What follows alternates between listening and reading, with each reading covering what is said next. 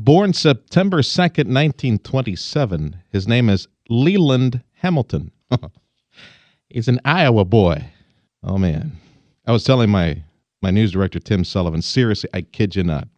I'm about to throw up right now. I'm so nervous. I cannot believe who I'm talking with right now. I will never wash my eardrums ever again. Well, you're talking to a Hall of Famer. This man was a part of my childhood, and he was my evening uncle, play-by-play with the Houston Astros. I would fire up the barbecue grill, throw some weenies on there, make some hot dogs, play catch and baseball with my friends, and there was Milo in the background.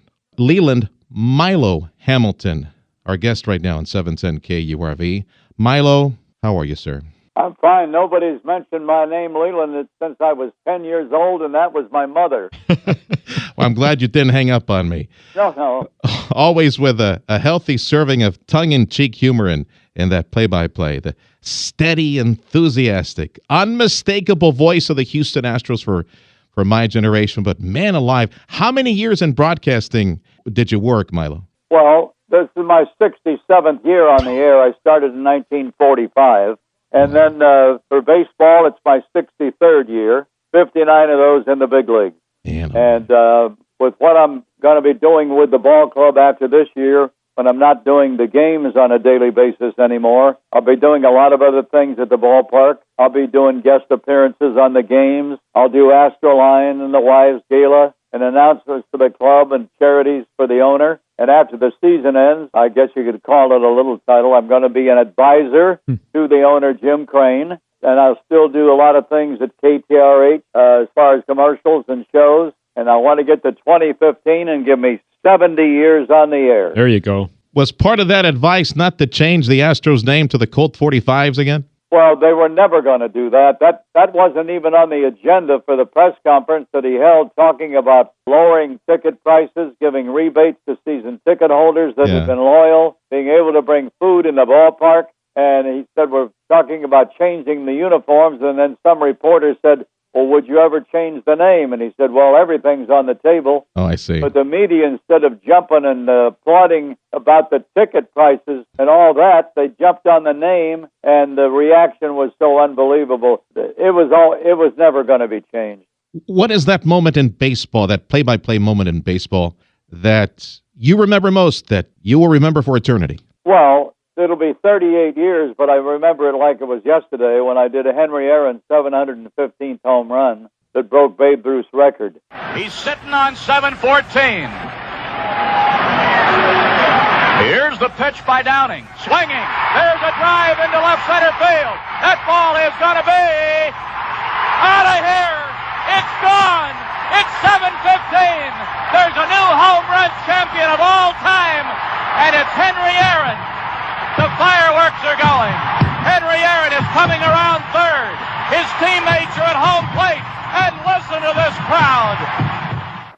The fact that I knew I would be the announcer because I was the Brave announcer and he was a Brave, and the fact that historically Ruth never thought it would be broken. And so the Henry Aaron home run would be the big one. But doing 11 no-hitters, and one of those, the great no-hitter by Mike Scott in 86. Oh, yeah. That took us to the National Western title, and Burke's home run and Biggio's 3,000th hit. There are a lot of things, but I think I got to put number one as far as the defining moment, and it's been the most replayed broadcast of all time. I don't listen or watch MLB all the time, but they say they play that about 10 times a day on there, and every time I'm on the air, somebody plays it when they introduce me. Yeah.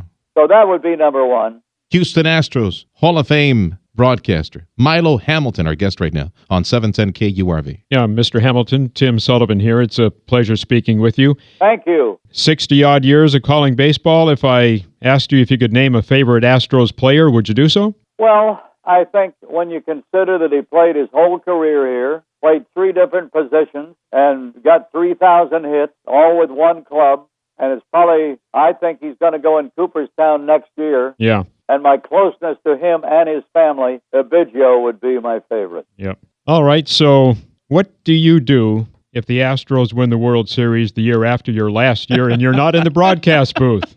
Well, I guess that's baseball. But I'm sure since I'm still going to be working for the club and doing some broadcasts on a, well, not regular basis, but maybe they're thinking about calling it Milo's Mondays or Milo's Fridays or be part of it. So if they went to the World Series, I would hope that the ball club would invite me to at least show up and do an inning. Sure. Milo, what has changed in your lifetime? What has changed in baseball that you would like to revert back to its original form? Well, I wouldn't want to revert back to the original form, but the biggest change is the way pitching staffs have been handled. Because when I started, starting pitchers, they felt that when they went to the mound, they wanted to go 9 innings. Not a lot of complete games anymore. Mm-hmm. With the new philosophy of after the 5th or 6th inning, you've got a 7th inning pitcher, an 8th inning pitcher, and a closer. And I'd say that's the biggest change because it just changed the way you prepare pitching staffs. And it's not only in the big league level, but that's the way they train the kids that are pitching in the minor leagues as well. So when you get to the big leagues, they know what's expected of them